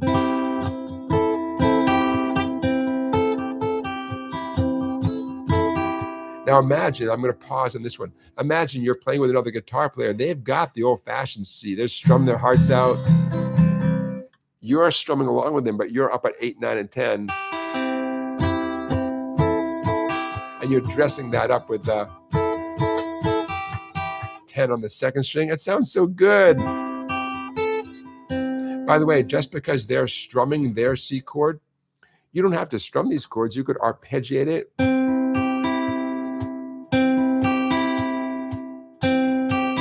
If you're recording yourself, you could overdub the high versions of C during the moments where you're strumming the low versions of C, right? You can overdub this stuff. Knock yourself out, man. I know there's plenty of you out there who do home recording, and you know, there's no sense in having two guitar players playing the exact same version of C, right? Okay. I want to skip down to line 2, the power chord versions of C. Why not? Why not? 3, 5, 5. C power chord, 3 on the 5th string, 5 on the 4th, and 5 on the 3rd. I'm using my index, ring, and pinky. Now, that's not officially a C major chord, but it sounds good with a C major chord. It's a C power chord. It's missing one of the notes of a C major chord, but it's a great complement, and sometimes it's the right thing to do, period. The reason that 0 is in parentheses, 0 on the 5th string, is it's a cool option, right? To add on that note, just as a quick little passing note.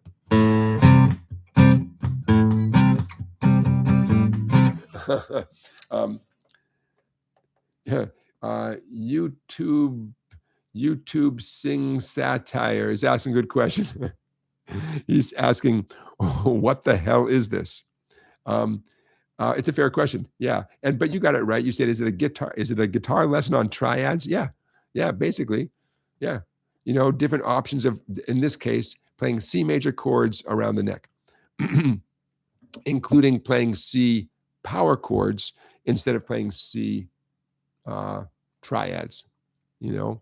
Okay, now what I really want to get to is the single note options. That stuff right there. Oh, cool, cool. So you can reflect a C chord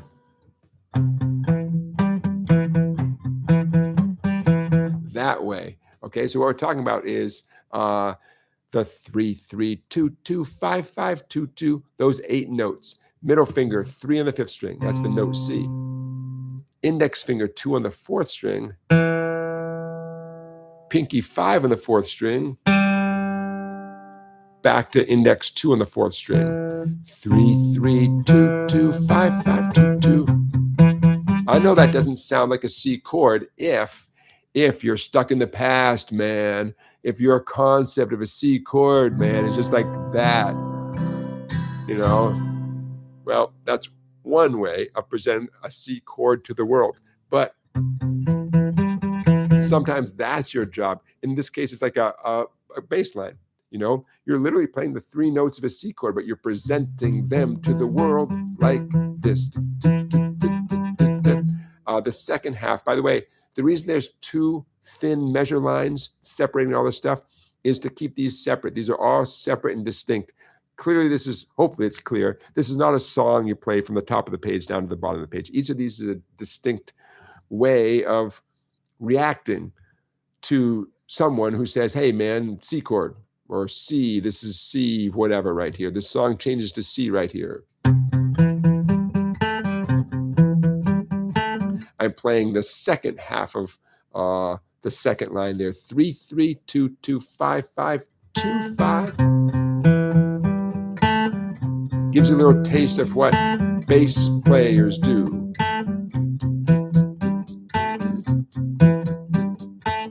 Sometimes that's your job, you know?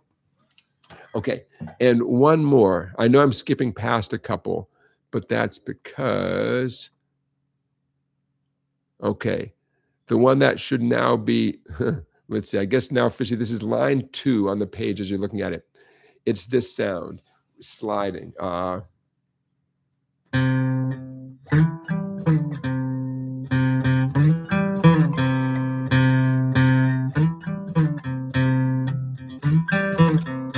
What a great sound. I associate that with Paul McCartney bass lines. He did not invent that bass line, but I associate that with what he would do in a song like Drive My Car on the bass. Okay, so what's going on here? Again, this is the second line down from the top. There's the C with your index finger on the 5th string. Now, a quick slide on that 5th string with your ring finger up to 7. My ring finger, I don't know about yours, my ring finger naturally falls right around the 5th fret. It doesn't tell me to slide from the 5th fret up to 7. It just says get your ring finger up to 7. Doesn't matter where you start, but the 5th fret feels really natural to me. Notice you can't really hear where I started. You mostly hear where I ended, right? A ring finger slide. Absolutely. The most common way I've found to zip up and down the neck of the guitar in general is the ring finger sliding up. Index finger 5 on the 4th string. I'm essentially going to reverse that slide on the 5th string from 7 back down to 5. It doesn't say to go from 7 to 5. It just says get down to that 5. But my ring finger is right there at the 7 where I left it, right? And then you end up back in the C where you started. So my rhythmic idea for this,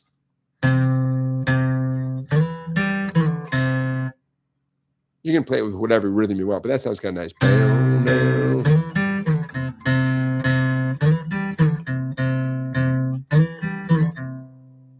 Okay. Last one, fast one. At the very bottom of the page, we're back to our traditional C chord. See all those 3s right there?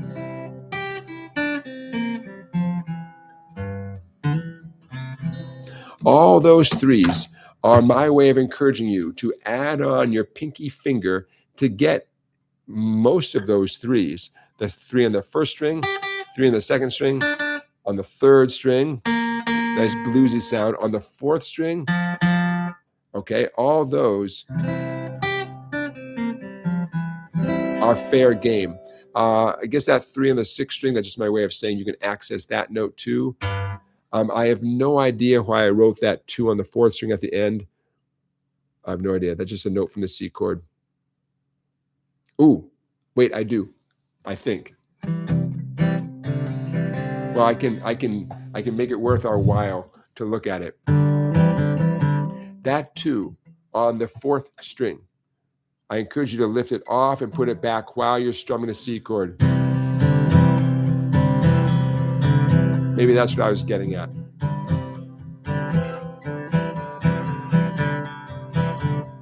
The middle finger 2nd fret of the 4th string. Obviously, that is an important note in the C chord. But again, you're allowed to dress up a chord, even if it means letting go of a note. That's still dressing up a chord in my book. If you want the world to hear that you're doing that, to hear the little melody there, focus your pick. Definitely don't strum all 6 strings. If you want the world to hear that, you got to focus in on that string and maybe 1 or 2 of its neighbors. Right now, I'm mostly strumming the 3rd, 4th, and 5th strings. By the way, quick reminder, when someone says the 1st string, it means the skinny one. When they say the 6th string, it means the fat one. Biggest string, biggest number, littlest string, littlest number. Okay, so that's our final weekly teaching feature of the night. My nickname for this is C Options. I'm going to zoom out for a second so you can see how far we came. Zoom, zoom, zoom. Okay. This is a worksheet. It's clearly not a song. At a minimum, I hope it got your creative juices flowing and you realize, wait a minute, I can do all this stuff and still reflect a chord. As you can imagine, this reflects 1 chord, C major, right? We could do a whole nother page on C minor, right? A whole nother page on C7. So it's not, if this feels like a bit of overwhelming stuff, yeah, it's a worksheet. It's not homework that is due next week. You know what I'm saying? But hopefully it kind of opened your eyes. And Ricardo, I saw what you said. You said, That slide is worth $5. I appreciate that. Thank you for your super chat donation. And Barry, thank you for yours as well. I know that feeling of like picking up one trick. Believe me, I mean, it still happens to this day, but I definitely remember it happening since the day I picked up the guitar. You think, that one thing, like, oh man, it sounds great. I think I can do it. And you just have this feeling you're going to be doing it the rest of your life. Like, oh man, I want to keep doing that, Okay, so that sheet, if this one is not already on my website, I'll make sure it is, and I'm going to label it C options, okay? Now you know. Okay, how about one last play along song of the night? We got a bunch of you tuned in. I appreciate that. You will need a capo, please. The band capos, well, to play along with the original song, capo at 2, but would you humor me and capo at the 5th fret? 5th fret, please, for our final play along song of the night. We did Bob Seger. We did U2. It's just an interesting mix. What do these songs have in common? One thing, the titles come from the end of the alphabet, because I was flipping through this file looking for songs to play, and these 3 songs towards the end of the alphabet, they all caught my attention. And I thought, yeah, let's do that one. Let's do that one. Before long, I had 3 of them. Our final play along song of the night from our friends, the Grateful Dead, is a Grateful Dead classic called Sugaree. So Sugaree, I know it says capo 2. We are going to capo at the 5th fret. Like I said, I appreciate that. It helps me sing it better. I believe this is another one where I'm singing lower than Jerry Garcia, an octave lower. But when I found out that that was too low, I thought, I got to bump up the capo a little bit higher.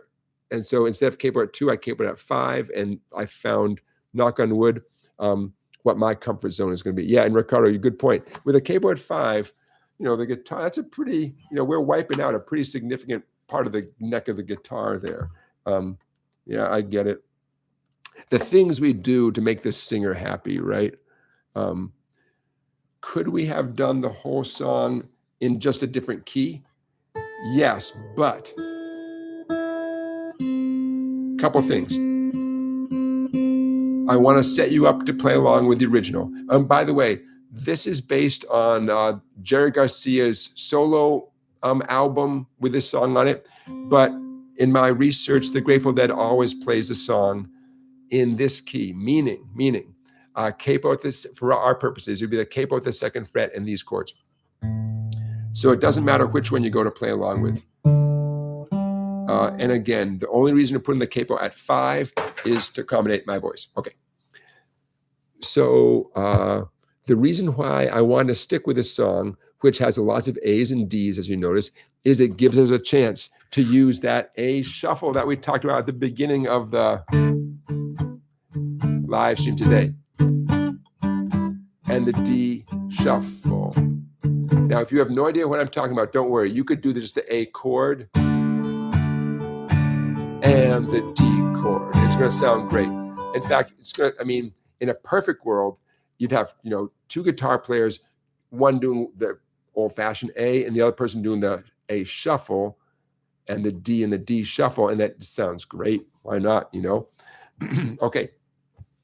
In general, this song, especially the version I used to base this PDF on, there's multiple guitars. There's an acoustic guitar jangling along. There's Jerry Garcia on electric guitar. Of course, there's a whole band playing. This version is from a Jerry Garcia solo record, so I don't know who all the personnel are on this exact recording. But multiple musicians, drums, bass, probably some keyboards, everything. The good news is there's not one distinctive guitar part that we have to replicate. And so that puts us in a nice zone, Okay, so what do you need for this song? 4 counts for every chord name, except that G and D in those brackets See those moments in the chorus, at the end of the chorus, 2 counts on G and 2 counts on D. No big deal. But that's how every chorus wraps up, and the chorus happens multiple times. So get used to that, you know, G. Okay.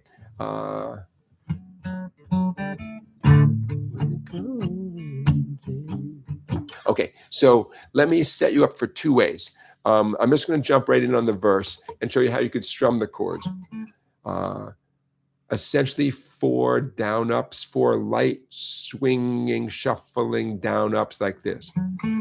When they come to take you down, when they bring the wagon round, ba, ba, ba, ba. Get that feeling, just that light, folky, shuffle feeling. The term shuffle is in contrast with a straight feeling.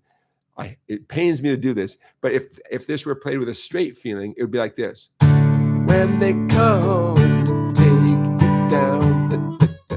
Hear how straight that sounds. But this song has the shuffle feeling. When they come to take you. Okay, so down up strums, 4 down ups per chord name with a shuffle feeling. Once, twice, 3 times 4. Once, twice, 3, 4. A, 2, 3, 4, D. Okay? Except when you get to those G, D sections at the end of the chorus, you'd be like G, D. I went down, up on the G, and down, up on the D. No big deal, right? Now, what I'm going to do much of the time is I'm going to do when they come to take you down, when they bring that wagon round. I'm doing the A shuffle because it feels so good. It fits the song so well. So how much am I doing? I'm going 2, 2, 4, 4, 2, 2, 4, 4. That amount. Let's call that 1 unit. I'm doing that for the A every time there's an A chord, and I'm doing the equivalent every time there's a D chord. Here's the D version. 2, 2, 4, 4, 2, 2, 4, 4. That's it. Now, that's for the A's and the D's. You do not have to do that. Don't worry about it. If you feel comfortable, yeah, go for it.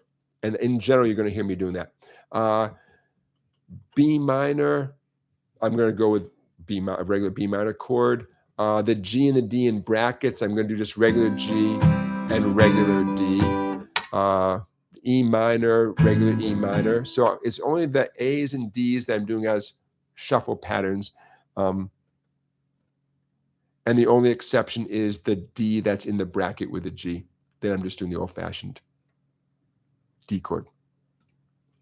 Okay. I think that's it. You ready to give it a try? Why not?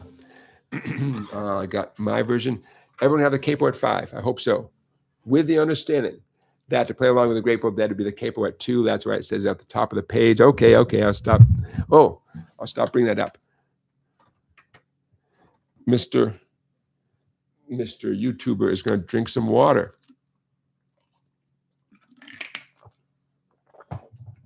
It would seem the right thing to do. Okay, the intro vamp actually goes on for a long time. We're not going to do it for a long time. We're going to do what it says on the page. That's all. Okay, I'll see you on the other side. Let's do it. Intro, 1 and 2, and here we go.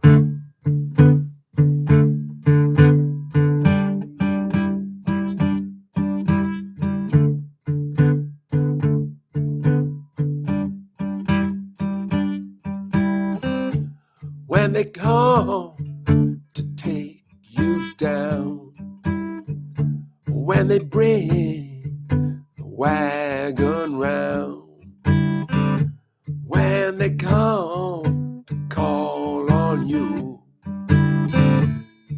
drag your poor body down. Just one thing I ask of you, is just one thing for me. Please forget, you know my name, my darling, Sugaree.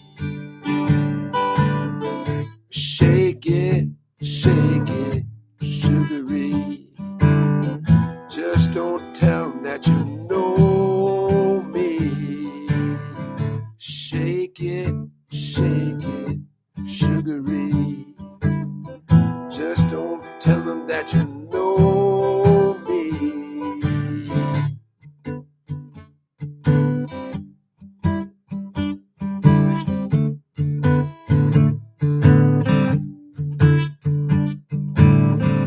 You thought you was the cool fool. I never could do no wrong. You had everything sewed up tight. How come you lay awake all night long? Chorus. Just one thing I ask of you. Just one thing for me.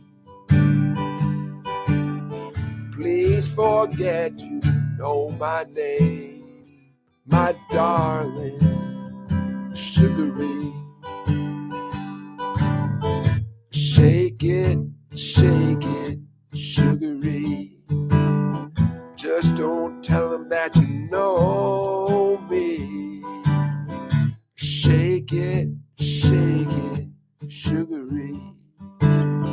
Just don't tell them that you know me.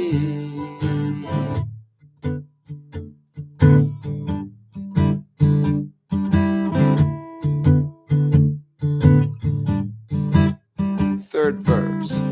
Well, in spite of all you gained, you still had to stand out in the pouring rain. One last voice is calling you, and I guess it's time you go. Chorus. Just one thing I ask of you is just one thing for me. Please forget you know my name, my darling, Sugaree. Shake it, Sugaree. Just don't tell them that you know me. Shake it, Sugaree. Just don't tell them that you know me.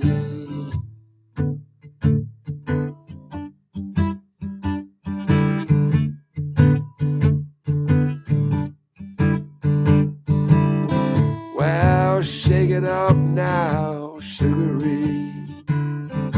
Meet you at the Jubilee. And if that Jubilee don't come, maybe I'll meet you on the run. Chorus. Just one thing I ask of you is just one thing for me. Please forget you know my name, my darling, Sugaree. Shake it, Sugaree. Just don't tell them that you know me.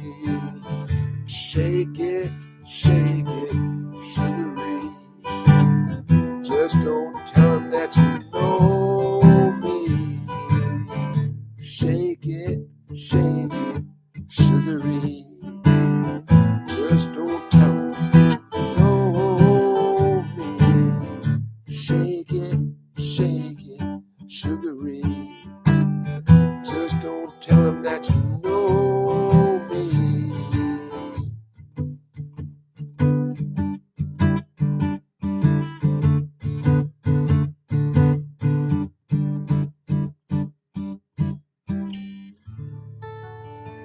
Look at that, at the stroke of 7 o'clock. Oh, all right.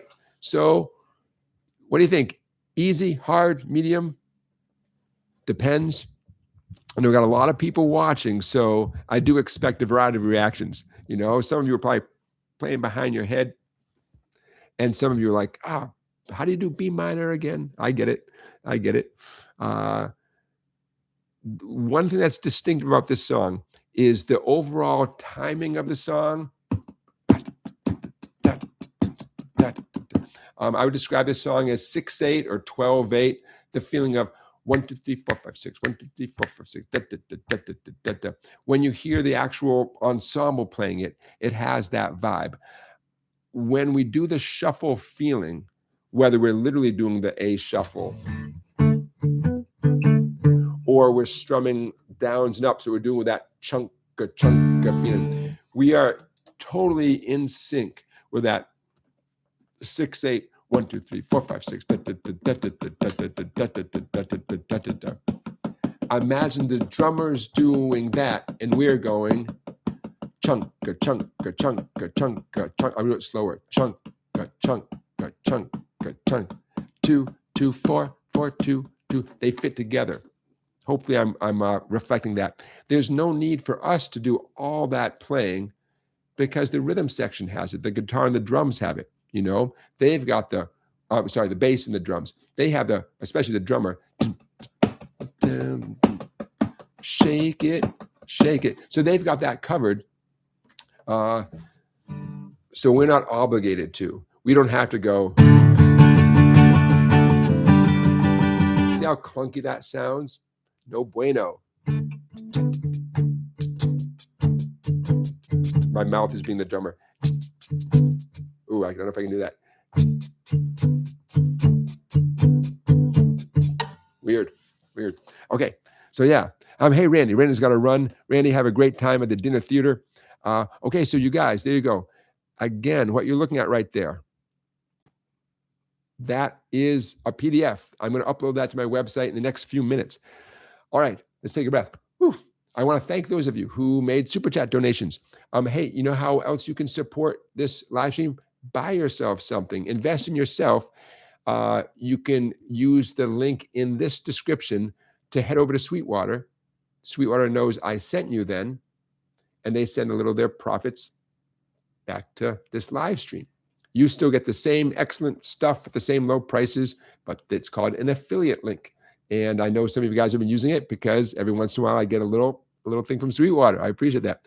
Another way you can support all the fun and games here at the SongBike Guitar Q&A live stream is invest in yourself by getting some instructional materials from my website. All those books and stuff that I referred to. You could have these in your inbox in a matter of seconds. Most of my learning material is PDFs that you can buy and download instantly, right? It gets emailed to you right away. Become a member of the website, $10, and then you get access to all the PDFs, such as the stuff I'm putting on the screen right now. All right, that's my little sales pitch. No live stream next Saturday, but you can watch me play. Me, Clay, and Johnny. 2 guitars plus drums. Ooh, Clay's going to bring out his 12-string double neck electric guitar. You heard that right, man. He's got a beautiful 12-string. It's a double neck, 12-string and 6-string. He's going to be playing it. I'll be playing electric and acoustic. He'll be playing a variety of electric guitars. Johnny's going to be rocking out in drums. It's going to be an intimate performance, a little spot with only 25 seats. You want to come? It's a place called Nightingales in Old Lyme, Connecticut. You can get tickets, but there's literally, I don't know how many tickets are left, but it's 25 seats. So grab a ticket. Why not? I don't think it's sold out yet. I don't know. Send me an email or contact SongBike. No, what info@song-bike.com. If you're like, hey man, I want to come to Connecticut and watch you play, send me an email, info@song-bike.com, or just go to Nightingale's website. Nightingale's Acoustic Cafe is what it's called in Old Lyme, Connecticut. Nightingale like the bird. And you can buy tickets through the website. Okay, bottom line is no live stream next week, but do please tune in and I'll be playing for you. All right. I'm going to say a few good nights to all the good people in the chat. Ricardo, thanks for joining us. Stephen, Randy, Joseph, Barry, D.A.C., Poet, Jamie, YouTube, Sing Satire. Thanks for being here. Thank you to our moderators, Music Fan, and Beginner Guitar Lessons. Thank you guys for being here. Who else I see? A variety of Josephs. Dr. Collier, thank you for being here. Scott, Charlie, thank you, everybody. Okay, so we'll do this again in 2 weeks. That puts us into June 13th. And between now and then, I hope you guys have a great time. I hope you take advantage of some of the stuff we did tonight and practice it and play along with it and become a better and better guitar player. That's what I'm here for. I think that covers about everything. I'm going to do the time stamping now. So if you want to come back to this live stream and review a certain thing that we did, don't worry, it's all going to be time stamped. But it usually takes me about an hour. So that's what I'm going to be doing. So when you come back to it, there's lots of good stuff for you. All right, you guys, my weekend begins now. I'll see you for sure in 2 weeks, but I hope that you tune in or even come to the show next Saturday night, 7 p.m. to 9 p.m. Eastern time. So we'll be starting right now. And I am going to do my best to stream it so that you can enjoy it from the comfort of your own home. All right, you guys, have a great 2 weeks, and I'll see you then. Take care.